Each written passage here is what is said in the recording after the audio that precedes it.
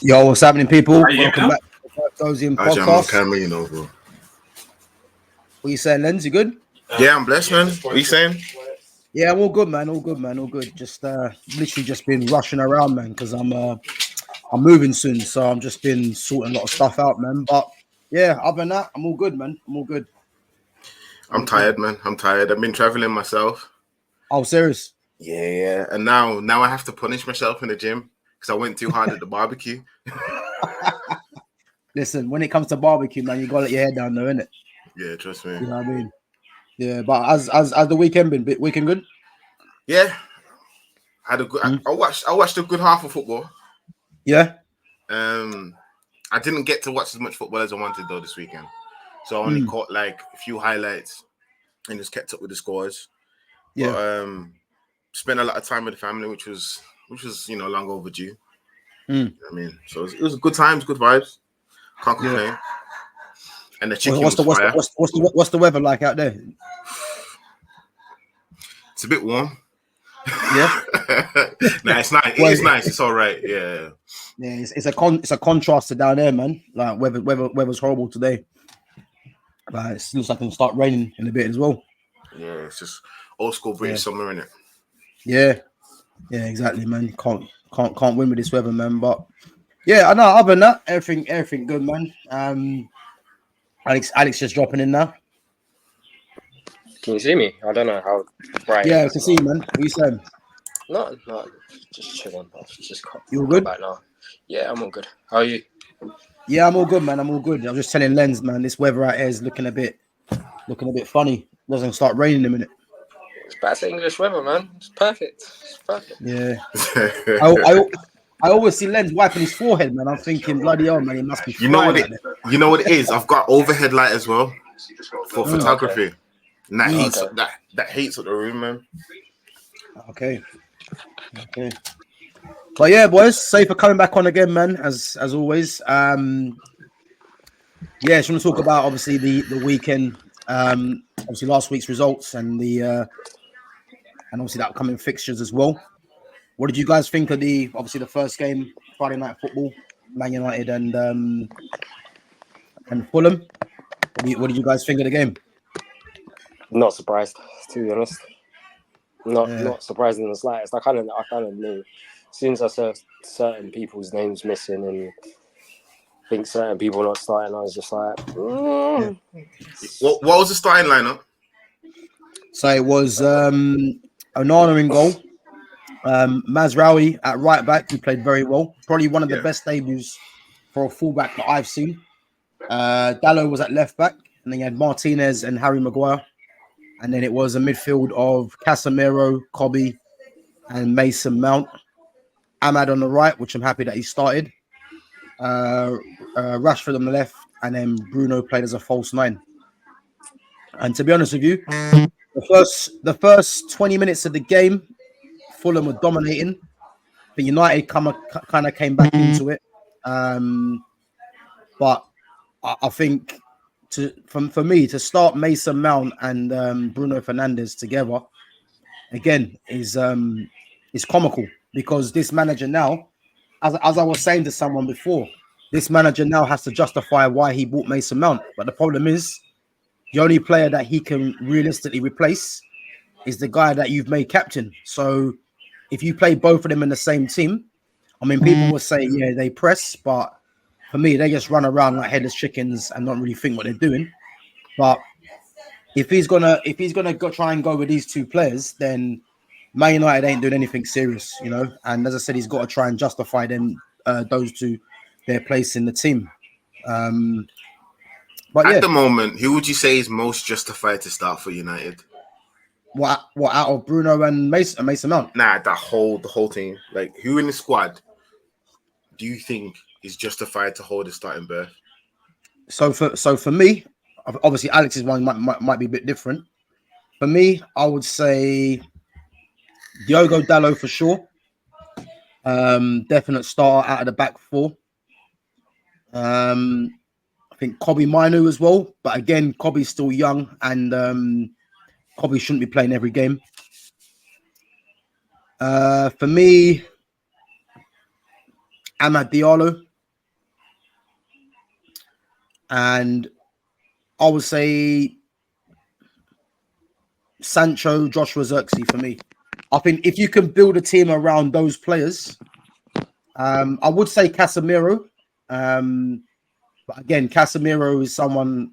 See, I feel like you've listed most of your players you've listed are like players you'd prefer to start in those positions. Yeah. So you wouldn't mention like Garnacho, for example. Listen, even though he got the assist. Right. So let me just talk on this guy because I'm glad you brought him up now. Yeah. Now, I done a post on Twitter the other day. Yeah. And for some reason, I don't know how this guy has managed to make his way to being a starter for Man United. It's incredible because if you look at his attributes are more suited to being an impact sub, you know. And again, he come on against Fulham and was poor, so he missed the open goal. Some people might say, you know, Rashford's pass wasn't good enough, even though, you know, you're a professional footballer, and even though if the pass was poor, the connection he made with it on his weaker foot was terrible. The cross was just a basic cross that was turned into a great finish. You know, that was nothing to do with Garnacho's cross. That was just the instinct and the quality from Joshua Zirkzee. You know, and for me, that was a good cross. That was a good cross. When I'm saying it wasn't a great cross, yeah, it's just he put the ball in the box. Yeah, it's not like he picked anyone out. He put it in an area, and if it wasn't for Joshua Zirkzee's quality, that goal don't go in. Because the reason I say that, if he's crossing the same ball to a, let's say, a McTominay, McTominay's not producing that finish because he isn't that type of player. So that's what I'm trying to say. Wouldn't it be fair to say that if it was McTominay making that run, you wouldn't make that pass, you wouldn't make that type of cross, you'd cut it further back, for example. Whereas with Joshua Zirkzee, who's just joined the team, he plays it into a space, believing that Joshua Zirkzee has the ability to get on the end of it with his run. The thing is, I hear what you're saying, but Garnacho wouldn't have known Zirkzee because he's only known Zirkzee for 5 minutes. So I doubt that he would have known that Zirkzee would have been capable of something like that. It wouldn't have taken many training sessions for him to realize that Joshua Zirkzee can get on the end of crosses because he's got the pace to get there and the power. Yeah, they would have seen that. I mean, to be fair, I personally don't think the cross was great. As I said, I just think he put the ball into the box and Zirkzee improvised, produced a great finish, and then people might say, you know, it was Garnacho who put the cross in. Unfortunately, he was just the last person that crossed the ball in, so I don't give him any credit for that. He put the ball in the box, and it was more down to Zirkzee rather than Garnacho. But just going back on the options, So as you mentioned before, for me, my wide options, the first choice would be Amad on the right, obviously left-footed inverted. And then Sancho on the left. Why is Sancho done to make you to deserve a starting berth? Well, as I said, I mean, you can say that about many players, really, But the reason that I will start Sancho is because Man United too many times from last season don't create enough chances. You know, if you have two creative players in the wide positions, and then you have like a Zirkzee, or if you go and invest in another striker, the team are going to be playing much better. And the team are going to be creating more chances with more creative players in the team. I.e., you could obviously swap Sancho with Rashford, who would be for me third choice, because you could exploit Rashford's pace and then have Amad's creativity. Or if you wanted to play Sancho on the right hand side, you can mix and match. But for me, I prefer inverted. So I'd have Amad on the right, Sancho on the left. And then I would have Rashford as third choice behind Sancho, and I'd have Anthony as second choice behind Amad, because again he's left-footed and inverted. And the way Garnacho for me should be used, as he can cover both wings as an impact sub, because his qualities are more suited to that. See, when the whole impact sub thing, I question that because, in my opinion, it just comes down to space at the end of the day. So a lot of the players that we call impact subs are good against tired legs. They find space and then they're effective when they have space. So maybe that could be a simple thing as his touch isn't as good. So in tight spaces it's more difficult. But then an argument can be made of why don't you create tactics around the fact that you want that player to be isolated against his fullback, for example. So you can still get the output from him. Because when I said who has kind of like done enough to deserve a starting berth, my opinion is that it's twofold. You've got to show up in training, to even let yourself become an option. And then whenever you get on the pitch, you have to deliver in some way, shape or form.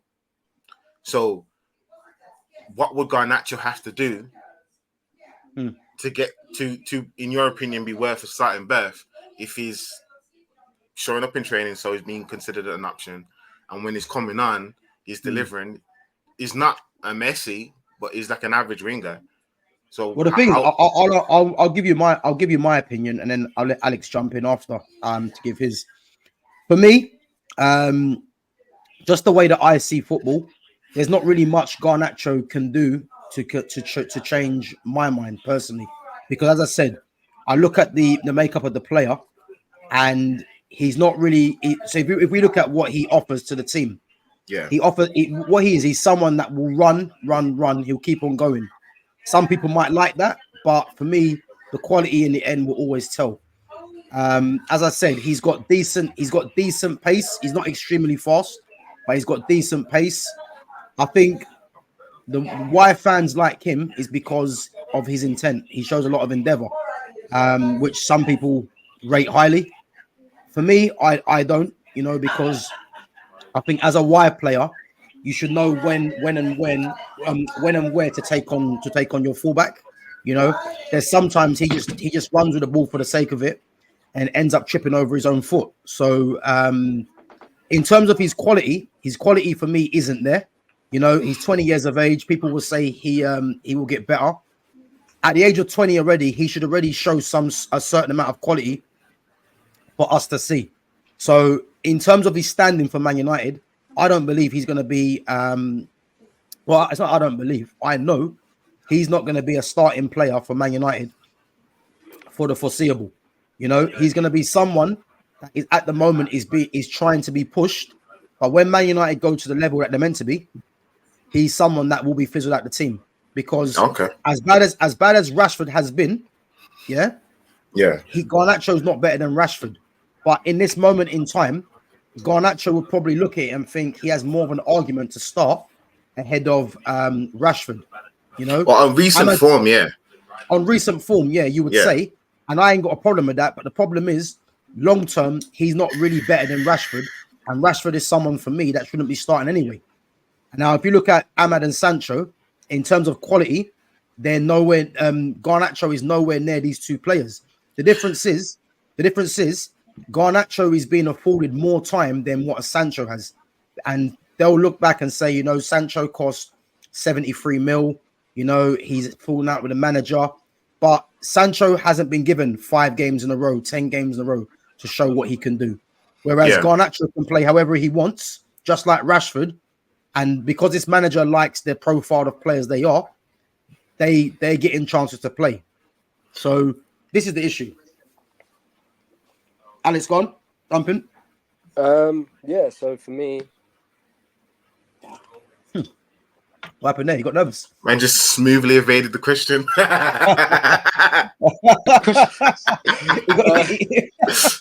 Sorry, man. I thought you got nervous. My bad. Go on. No. The screen went funny. So, I'm going with Dallo, Lissandro. I think if we don't buy a left back, obviously it's going to have to be Luke Shaw. Got really no choice in that unless you're going to risk it with a youth player, which I can't see happening. Big up, Nick. Oh, is he back? I like Nick. Yeah. Big up, Nick. Then obviously might have to be De Ligt next to him for a time. I'm happy with that. De Ligt's quite solid. And I can't pass too much judgment on him. I would back Ahmad, but from what I saw against Fulham, I don't think the players have that much trust in him as yet. obviously he's capable of moments, but it's going to be a while before I can really say, yeah, he's probably a definite starter on the wing.